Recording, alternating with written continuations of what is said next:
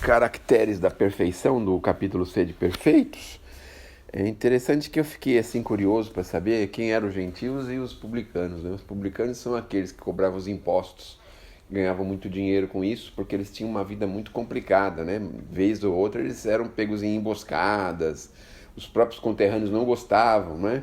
Então o governo de César fazia vista grossa para o enriquecimento que eles tinham, ou seja, tinha um certo desvio de recurso ou um excesso de cobrança, por isso que os conterrâneos não gostavam muito deles, né? Então Jesus fala assim, bom, se você quer ser igual aos publicanos que fazem esse tipo de coisa, né? Na verdade ele fala fariseus, né? Não, publicanos? Os publicanos, é. Você quer ser iguais aos publicanos, que cumprimentam só aqueles que os amam, né? Porque, obviamente, aquelas pessoas que... Como é que eu posso dizer? Que não tinha essa característica, né? Essa característica de pegar as coisas, de cobrar os impostos, né? Os judeus sempre tiveram muita dificuldade com essa questão de imposto. Mas é porque Roma também abusava um pouco disso, né? Então eles cobravam o imposto e se fortaleciam. E ficavam muito fortes perante o povo judeu, né? Então era uma questão muito complicada, muito delicada. E os gentios, na verdade, eram aqueles que não eram judeus, que eles não eram considerados judeus, eles tinham eram ateus, outros tipos de pessoas que não eram judeus. Então é a mesma coisa daqui a gente falar assim, você é espírito ou é gentil, né? Quer dizer, não é, os protestantes falam muito isso, né? Se você não é protestante, você é gentil, você é, como é que eu posso dizer assim, é criatura, né? Quer dizer, você não é filho de Deus, né? Vamos dizer assim. Então ele faz essa comparação que é muito interessante, porque nós precisamos, não é? Entender que é só o amor que nos torna irmãos, né? Uns dos outros, né? Então, sem o amor, como é que a gente vai ser irmão do outro? Então, você pega um malfeitor, tira uma arma e desfere um projétil contra alguém, falta o amor. Então, ele não se considera irmão do outro, ele se considera inimigo, se considera uma pessoa, não é? Então, a gente vai vendo que essas questões são interessantes porque ele está mostrando para a gente o seguinte, fazer o que todo mundo faz é igual, é normal, né? Todo mundo tem que fazer isso, porque os gentios cumprimentam só aqueles que são da mesma condição, categoria. E os publicanos também é a mesma coisa, né? Porque eles que tinham medo dos demais, então eles se entendiam só entre eles, só os cobradores de impostos. No meio de Jesus fez questão de trazer um publicano, né? Porque ele trouxe quem que era? O Mateus? Quem que era? Não, era o cobrador de imposto.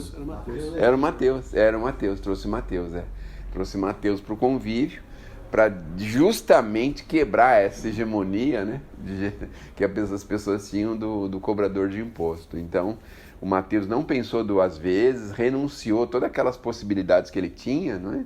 E seguiu Jesus. Isso deu uma consequência grande para ele, a mulher se separou dele, foi um grande problema que ele criou para a vida dele. Aliás, todos os que seguiam Jesus criavam um problema muito grande, né? Então, seguir Jesus era uma coisa terrível, né? Porque as pessoas que eram comodistas, né? Acomodadas, sabiam que se começasse a seguir ele, o negócio ia ficar complicado. Você vê que todos eles passaram por grandes problemas, grandes dificuldades. Então, seguir Jesus não era uma tarefa muito fácil. Então, uma das características que nós precisamos é isso, é aprofundar no amor. Então, amor é aquele sentimento maior pelas pessoas, mesmo aquelas pessoas que não nos querem bem, mesmo aquelas pessoas que nos fazem o mal, mesmo qualquer pessoa. Às vezes a gente tem dificuldade de relacionar-se, né? Isso é uma coisa natural. Só que isso não pode justificar um mal que a gente queira fazer para ela, né? Não consegue se relacionar com aquela pessoa, paciência.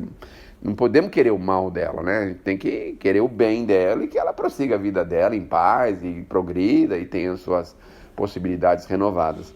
Então, eu acho que a ideia maior aqui dessas características é isso, não é?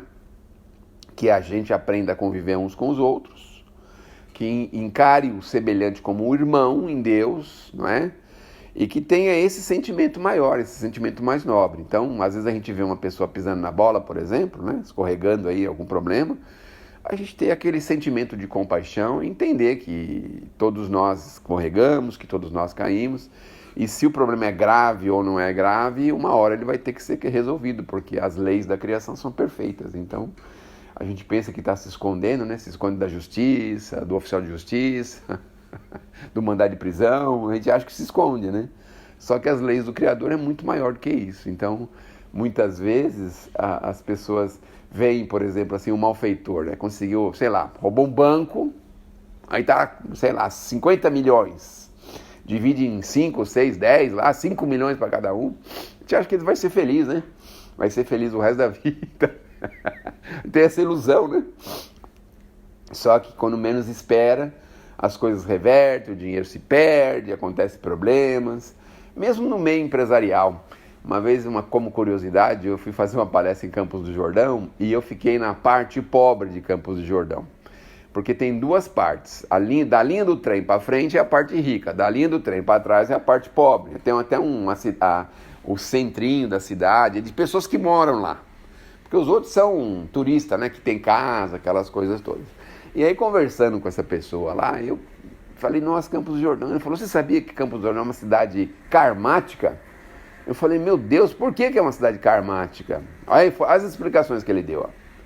É uma cidade karmática porque ela começou com uma doença. As pessoas tinham uma doença e eles traziam para cá. Tem um hospital aqui, né?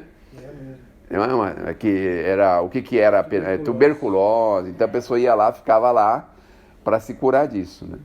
Aí depois ele falou assim, então, aqui nós temos um outro problema, por exemplo, se um pedreiro vai fazer um serviço da linha, da linha do trem para lá é um preço, da linha do trem para cá é outro preço, né? E aí a última bomba que a gente nunca imagina, né? E ele falou, a maior parte dessas casas maravilhosas que você vê aqui em Campos do Jordão foram feitas com dinheiro errado. Mesmo de empresários, não só de empresários, de políticos, né?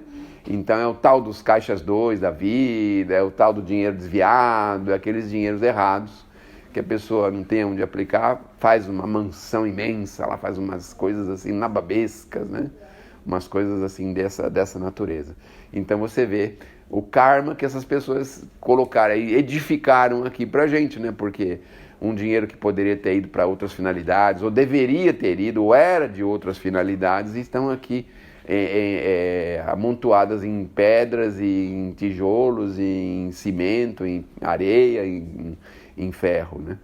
Então eu achei interessante porque a gente precisa mesmo ter esse sentimento de amor de uns para com os outros. Então, essa é a ideia da característica da perfeição. Quando a gente conseguir nos amarmos uns aos outros, nós já estamos a caminho da perfeição, né?